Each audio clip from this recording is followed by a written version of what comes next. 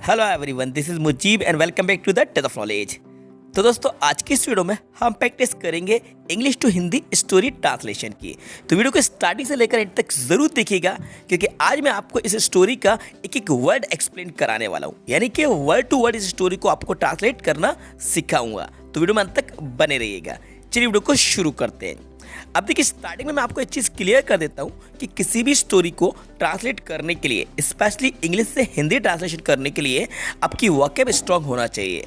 अगर आपका word power अच्छा है तो आप इजीली स्टोरी को ट्रांसलेट करना सीख पाएंगे। इसकी आपको प्रैक्टिस करना होगी, आपको रीडिंग प्रैक्टिस करना होगी, क्योंकि हमारे सामने यही प्रॉब्लम आती है कि जब हम स्पीकिंग की प्रैक्टिस करते हैं या इंग्लिश से हिंदी स्टोरी ट्रांसलेशन की प्रैक्टिस करते हैं तो हमें वर्ड का मीनिंग नहीं पता होता, तो हम अटक जाते हैं। ठीक है, इसलिए हमें अपने वर्ड पावर को स्ट्रॉन्ग करना है। दूसरी बात मैं आपको बताऊं, मोस्टली जो स्टोरीज होती हैं वो हमारी पास्ट में होती हैं। जी हाँ, ज़्यादातर जो स्टोरीज होती हैं वो पास्ट में होती हैं। जब स्टोरीज पास्ट में होती हैं तो पास्ट का जो हमारा पास्ट इंडेफिनिट का स्ट्रक्चर होता है वो होता है हमारा सब्जेक्ट, इसके बाद आता है V2, देन आता है ऑब्जेक्ट। ये मोटी मोटी बातें मैं आपको यहाँ पे बता देता हूँ। स्टार्टिंग में हमारा सब्जेक्ट आता है, इसके बाद वर्ब की सेकंड फॉर्म आती है, फिर ऑब्जेक्ट आता है, सेंटेंस हमारा नेगेटिव है तो फिर हमें डिड नॉट और V1 देखने को मिलेगा। मैं ये नहीं कह रहा कि 100% सब कुछ आपको यही देखने को मिलेगा हर सेंटेंस में, लेकिन ज़्यादातर आपको ये स्ट्रक्चर देखने को मिलेगा। इस तरह से सेंटेंस आपको देखने को मिलेंगे। ठीक है, अब सब्जेक्ट क्या होता है ये बात ऑलरेडी आप जानते हैं। वीडियो क्या होता है इसके बारे में मैंने प्रीवियस वीडियो में एक्सप्लेन करा है, और ऑब्जेक्ट के बारे में ही डिटेल में एक्सप्लेन करा है। टाइप्स ऑफ ऑब्जेक्ट बताया है कि डायरेक्ट ऑब्जेक्ट क्या होता है, इनडायरेक्ट ऑब्जेक्ट क्या होता है, वर्ब क्या होती है, सब कुछ मैंने आपको पहले की वीडियोज़ में एक्सप्लेन कराया है। अगर आपने उन वीडियोस को नहीं देखा है तो मैं आपको सजेस्ट करूंगा कि आप एक बार उन वीडियोस को ज़रूर देखिएगा, जिससे आप इजीली सब्जेक्ट को, वर्ब को और ऑब्जेक्ट को पहचानना सीख जाएंगे। फिलहाल हम वीडियो को स्टार्ट करते हैं और इस स्टोरी को वर्ड टू वर्ड ट्रांसलेट करते हैं। So let's get started. सबसे पहले बात करते हैं इसके टाइटल के बारे में कि जो स्टोरी है इसका टाइटल क्या है। यहाँ पे लिखा हुआ है the farmers well. The farmers well. अब देखिए, फार्मर का मीनिंग आप सभी को पता है, किसान होता है, लेकिन समझने वाली और ध्यान देने वाली बात है कि यहाँ पे ऊपर आप कॉमा देखिए। तो ये जो कॉमा है इसको कहा जाता है एपॉस्ट्रोफी एस। क्या कहा जाता है? Apostrophe S. मैं आपको लिख कर बता देता हूँ। तो ये जो ऊपर कॉमा देखने को मिल रहा है, एपॉस्ट्रोफी, ठीक है, एपॉस्ट्रोफी एस कहा जाता है, जिसका मतलब होता है का की के। क्या होता है, मैं यहाँ पे राइट कर देता हूँ आपको, का की और के, ये इसका मीनिंग निकलता है। ठीक है, तो जब भी नाउन के साथ यहाँ पे एपॉस्ट्रोफी एस देखने को मिले तो उसका मतलब निकलता है का की के। ठीक है, ये ऑफ के रिप्लेसमेंट में यूज़ किया जाता है। ऑफ का मतलब भी का की के होता है। तो यहाँ पे लिखा हुआ है द फार्मर्स, इसके बाद यहाँ पे वेल है। वेल मतलब होता है कुआं। वेल मतलब अच्छा भी होता है, लेकिन यहाँ पे वेल का मतलब होता है कुआं। ठीक है, इसका कुआं मीनिंग द फार्मर्स वेल, यानी कि किसान का कुआं। दोस्तों, एक बात मैं आपको और बता दूं कि ये जो फार्मर की स्पेलिंग है, अगर फार्मर में FORMER लिखा हो फार्मर, तो फिर उसका मीनिंग निकलता है भूतपूर्व। ये भी मैं आपको साथ में बताता चलूँ, भूतपूर्व मीनिंग निकल जाता है सिर्फ अगर ओ लिखा होता है। फॉर्मर, जैसे former president, who was the former president, तो फॉर्मर यानी कि भूतपूर्व होता है, और ए है तो यानी कि किसान, इसका मीनिंग निकलेगा। तो ये फार्मर का मीनिंग यहाँ पे किसान है, द फार्मर्स वेल। ठीक है, काफ़ी ज़्यादा टाइम हमने इस टाइटल को समझने में ले लिया है, क्योंकि स्टार्टिंग थी किसान का कुआं, सीधी सी बात है। अब बढ़ते हैं हम इसके स्टोरी पे। स्टार्टिंग हमारी स्टोरी की होती है वंस अपॉन अ टाइम, जिसका मतलब होता है एक समय की बात है। मोस्टली जो स्टोरीज होती हैं उसमें स्टार्टिंग आपको यहीं से देखने को मिलेगी, वंस। तो वंस अपॉन अ टाइम का मतलब क्या होता है? एक समय की बात है। A clever man sold his well to a farmer. ठीक है, अब एक एक वर्ड को समझेंगे। अ क्लेवर मैन यानी कि एक चालाक व्यक्ति। क्लेवर का मतलब क्या होता है? चालाक, चतुर जिसको कहा जाता है। आ का मतलब यहाँ पे क्या निकलेगा? ए निकलेगा, जो कि यहाँ पे आर्टिकल है आ। अ क्लेवर मैन यानी कि एक चालाक व्यक्ति, मैन मतलब व्यक्ति, सोल्ड अब बेच दिया। सोल्ड जो है ये सेल की पास्ट फॉर्म है। जैसा कि मैंने आपको अभी स्टार्टिंग में बताया था कि मोस्टली जो स्टोरीज है वो उसमें V2 देखने को मिलेगा। तो सेल की सेकंड फॉर्म क्या होती है? सोल्ड होती है, ये आपको पता होना चाहिए। सेल वर्ब फर्स्ट है, सोल्ड V2 है। ठीक है, इतना आप जानते हैं, नहीं जानते तो जान लीजिए। अ क्लेवर मैन यानी कि ये हमारा एक सब्जेक्ट हुआ। सोल्ड बेच दिया, क्या बेचा? हिज वेल, अपने कुएं को। एक चालाक व्यक्ति ने अपने कुएं को बेचा। किसको बेचा? टू अ फार्मर, एक किसान को। किसको बेच दिया? एक किसान को बेच दिया। तो ओवरऑल इस सेंटेंस का मतलब हुआ कि एक समय की बात है, एक चालाक व्यक्ति ने एक किसान को अपना कुआं बेच दिया। ठीक है। अब देखो एक चीज़ मैं आपको और सिखाता हूँ। यहाँ पे वेल है, वेल को बेचा, किसको बेचा? फार्मर को बेचा। अगर इस सेंटेंस में आप क्वेश्चन करते हैं व्हाट से कि क्या बेचा, क्या बेचा व्हाट से, what did he sell, answer आएगा वेल बेचा। ठीक है, ये हमारा कौन सा ऑब्जेक्ट हुआ? डायरेक्ट ऑब्जेक्ट हुआ। किसको बेचा? होम करके क्वेश्चन करके देख लीजिए आप, ये पहले की वीडियो में मैंने ऑब्जेक्ट को आइडेंटिफाई करना सिखाया था। होम, किसको बेचा? तो भाई आएगा फार्मर को बेचा। ये हमारा इनडायरेक्ट ऑब्जेक्ट हुआ, फार्मर को बेचा। क्या बेचा? वेल बेचा। तो इस तरह से ये हम ऑब्जेक्ट को पहचानेंगे। ठीक है, तो ये लाइन का मतलब आपको समझ में आ गया कि चालाक व्यक्ति ने एक किसान को अपना कुआं बेच दिया। आगे मूव करते हैं। द नेक्स्ट डे, यानी कि अगले दिन, when the farmer went to the well to fetch some water। Okay, चलो अब इसको समझते हैं। द नेक्स्ट डे मतलब अगले दिन। when का मतलब यहाँ पे होगा जब। when का मतलब क्या निकलेगा? जब। when the farmer, जब किसान, went to the well, यानी कि किसान कुएं के पास गया। went किसकी सेकंड फॉर्म है? गो की। गो मतलब होता है जाना, और went मतलब गया। ठीक है, वे टू यूज हो रही है। फार्मर यहाँ पे फिर सब्जेक्ट है, और वेंट।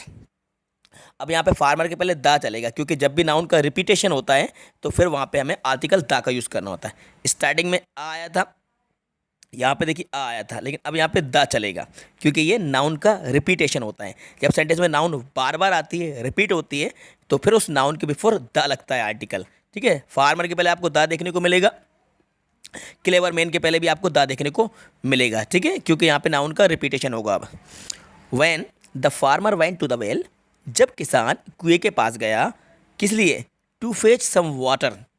ठीक है, to fetch some water. Fetch मतलब होता है निकालना, निकालना। ठीक है, तो टू फेच सम वाटर मतलब कि अगले दिन जब किसान कुएं से पानी निकालने के लिए गया। ठीक है, the farmer went to the well मतलब कि कुएं के पास गया, किस लिए गया?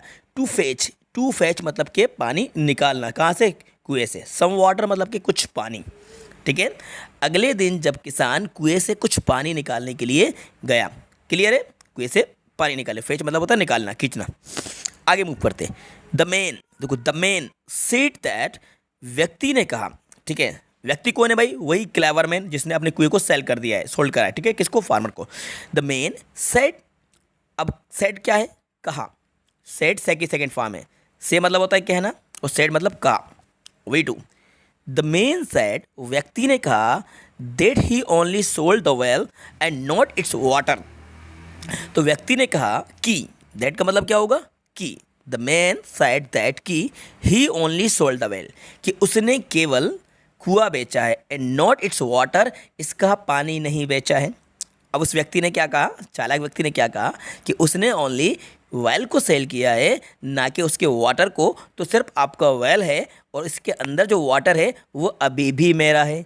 इतना ज़्यादा वो क्लेवर था, चालाक था। तो अब क्या बोल रहा है वो कि मैंने सिर्फ आपको कुआं सोल्ड करा है, इसका वाटर सोल्ड नहीं करा है। So you are not allowed to fetch the water from the well, यानी कि आप इस कुएं से पानी नहीं निकाल सकते। ये सिचुएशन है, क्योंकि आपका कुआं है लेकिन वाटर तो अभी भी मेरा है। सौदा हमारा कुएं का हुआ है, ना कि वाटर का हुआ है। इस तरह से वो चालाकी दिखा रहा है। आगे देखते हैं, काफ़ी ज़्यादा इंटरेस्टिंग स्टोरी, आपको बहुत मज़ा आने वाला है इसका कॉन्क्लूजन देखकर।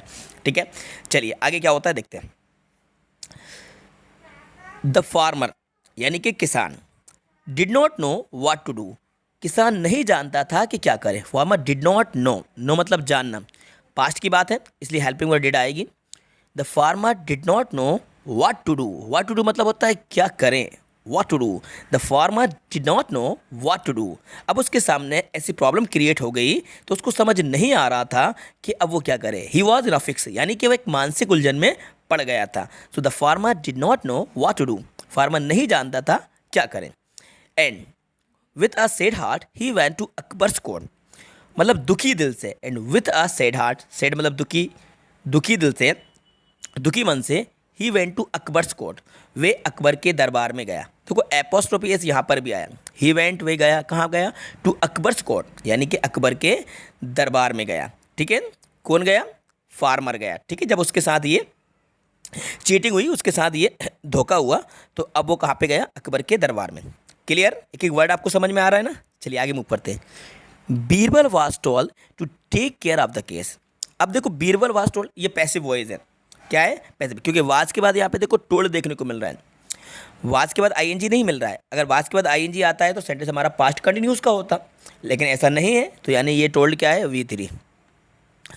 तो ऑब्जेक्ट पहले बीरबल है और इसके बाद हेल्पिंग वर्ब है और फिर हमारा ये V3 है, यानी ये स्ट्रक्चर बन रहा है हमारा पैसिव वॉइस का, पैसिव वॉइस है, ठीक है।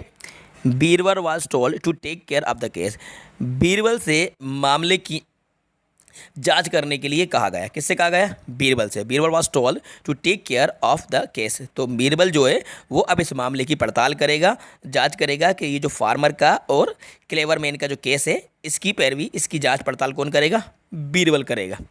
चलते हैं भाई, क्या करते हैं बीरबल। द फॉलोइंग डे, यानी कि अगले दिन, the man who sold the well along with the farmer was called to the court. अब क्या होता है, द मैन, वे व्यक्ति, हु का मतलब यहाँ पे निकलेगा जो, रिलेटिव प्रोनाउन, क्या रिलेटिव प्रोनाउन का काम करेगा यहाँ पे who. The man who sold the well, व्यक्ति जिसने कुआं बेचा था, क्या करा था, व्यक्ति जिसने कुआं बेचा था। अलोंग विथ मतलब होता है के साथ, के साथ, ठीक है। Along with the farmer was called to the court, वे व्यक्ति जिसने कुआं बेचा था, वो व्यक्ति और जो फार्मर जिसने कुआं खरीदा था उनको कोर्ट में बुलाया गया। कहाँ कहाँ बुलाया गया, कोर्ट में बुलाया गया कि भाई कोर्ट में दोनों हाजिर हो जाएं, एक तो सेलर भी और दूसरा बायर, ठीक है। दोनों को कोर्ट में हाजिर होने के लिए कहा गया कि द मैन, वो व्यक्ति जिसने कुआं बेचा था वो, और साथ में फार्मर जिसने कुएं को खरीदा था, दोनों कोर्ट में हाजिर हों। ये आदेश जारी हुआ कोर्ट की तरफ से। अब आगे क्या होता है, the clever man made the same statement, वो जो चालाक व्यक्ति था उसने अपने वर्ड को रिपीट करा, जो उसका स्टेटमेंट था उसने वही बात को दोहराई। अब क्या दोहराई, उसने कहा he had sold his well not the water in it, उसने अपना कुआं बेचा था। पास्ट परफेक्ट की बात है ना, he had sold his well, past perfect, head helping verb use हो रही है सब्जेक्ट के बाद, सोल्ड V3 है। He had sold his well, कि उसने अपना कुआं बेचा था, not the water in it, इसके अंदर जो पानी है उस वाटर को नहीं बेचा था, ओनली वेल का सौदा हुआ था, ठीक है। ये अपने वर्ड को रिपीट कर रहा है कौन, क्लेवर मैन, चालाक व्यक्ति। आगे क्या होता है, on learning this Birbal said, मतलब कि ये जानकर बीरबल ने कहा, सेड मतलब कि सेकंड फॉर्म, बीरबल ने कहा, ठीक है। जब उसको पता चला कि इस तरह का वो सेंटेंस, इस तरह का वो डायलॉग बोल रहा है, स्टेटमेंट दे रहा है, तो अब क्या होता है कि बीरबल ने क्या कहा जानते हैं। बीरबल सेड, बीरबल ने कहा, my friend, in that case you either remove your water from the well और पे tax for your water because it is the farmers well, ठीक है। काफ़ी ज़्यादा इंटरेस्टिंग बात है, अब इसको समझिए क्या कहता है बीरबल। माय फ्रेंड, मेरे दोस्त, इन दैट केस, इस मामले में you either remove your water, either मतलब होता है यहाँ पे या तो, मतलब ईदर के साथ और आता है, या तो ये या तो वो, ठीक है। ईदर के साथ देखो और मिला हुआ है, इसको आइदर भी बोला जाता है। You either remove your water from the well, या तो तुम अपने कुएं से वाटर को रिमूव कर लो, क्योंकि आपने अपना कुआं बेचा है, वाटर नहीं बेचा, तो अब अपना वाटर इस कुएं से निकाल लो और पे टैक्स फॉर योर वाटर, या फिर अपने वाटर का टैक्स दो। क्यों दो, क्योंकि because it is the farmers well, क्योंकि ये कुआं फार्मर का है। आपका कहना सही है कि आपने वेल बेचा है, कुआं बेचा है, तो ठीक है, आपकी बात को मान लेते हैं, आई एग्री विथ यू, लेकिन वो जो वाटर आपने उस कुएं में है, तो उस कुएं के वाटर का आपको टैक्स देना पड़ेगा। क्यों, क्योंकि आपका वेल नहीं है, आपका वाटर है, और किसी दूसरे के वेल में आप अपने वाटर को रखे हैं, तो आप उसका टैक्स दीजिए, या फिर अपने वाटर को उस कुएं से निकाल लीजिए। इस तरह का सवाल किसने कहा, बीरबल ने करा, किससे करा, उस चालाक व्यक्ति से, ठीक है। इसको अब बात आपको समझ में आ गई। आइदर और का मतलब होता है या तो ये, ठीक है, या तो भाई आप अपने वाटर को कुएं से निकाल लें, या फिर आप उस वाटर का टैक्स दें, क्योंकि भाई आपको रेंट तो देना पड़ेगा, टैक्स देना पड़ेगा, क्योंकि दूसरे के वेल को आप यूज़ कर रहे हैं। आगे क्या होता है, द मेन रियलाइज्ड, व्यक्ति को एहसास हुआ, रियलाइज्ड मतलब क्या होता है, एहसास हुआ। The man realised his mistake, उस व्यक्ति को अपनी गलती का एहसास हुआ। चालाक व्यक्ति था ना क्लेवर मैन, उस क्लेवर मैन को अपनी मिस्टेक का एहसास हुआ, रियलाइज मतलब एहसास होना। एंड आस्क्ड फॉर फॉरगिवनेस, और उसने क्षमा मांगी। क्या कहा, उसने क्षमा मांगी। एज ही फेल्ट हेल्पलेस, और उसने अपने आप को असहाय महसूस किया। फेल्ट फील की सेकेंड फॉर्म है, फील की पास्ट फॉर्म, चूंकि एज मतलब चूंकि ही फेल्ट हेल्पलेस, उसने अपने आप को मजबूर, अपने आप को हेल्पलेस असहाय महसूस किया। एंड आउटविटेड, तो आउटविटेड मतलब होता है कि वो अपनी चतुराई में मात खा गया। क्या हो गया? वो अपनी चालाकी में, अपनी चतुराई में मात खा गया। जो चालाकी वो दिखा रहा था उसको मुँह की खानी पड़ी, और उसका जो चालाकी थी तो अब उसकी अकल ठिकाने आ गई और उसको समझ में आ गया कि भाई ऐसा किसी के साथ धोखा नहीं करना चाहिए। ठीक है, तो अब इस स्टोरी से क्या मॉरल निकलता है, क्या कंक्लूजन निकलता है, तो आप मुझे कमेंट्स बॉक्स में जाकर कमेंट्स करके ज़रूर बताइएगा। और आपको ये स्टोरी कैसी लगी ये भी बताइएगा। साथ में इस स्टोरी को जो हमने ट्रांसलेट करा है तो इससे आपको क्या कुछ समझ आया, क्या क्या आपने सीखा, वो भी आप कमेंट्स करके मुझे बता सकते हैं। आई होप ये स्टोरी आपको पसंद आई होगी और वीडियो भी आपके लिए बहुत ज़्यादा हेल्पफुल रही होगी। आप समझ गए होंगे किस तरीके से स्टोरी को वर्ड टू वर्ड ट्रांसलेट किया जाता है। तो दोस्तों वीडियो को ज़रूर लाइक कीजिएगा और अपने सभी फ्रेंड्स के साथ ज़्यादा से ज़्यादा शेयर भी कीजिएगा। और यदि चैनल पर आप नए हैं तो चैनल को सब्सक्राइब कर लीजिएगा और साथ में बेल आइकन को प्रेस कर दीजिएगा, सो दैट आपको आने वाली वीडियोज़ की नोटिफिकेशन सबसे पहले टाइम पर मिलते रहेंगे। Thanks for watching.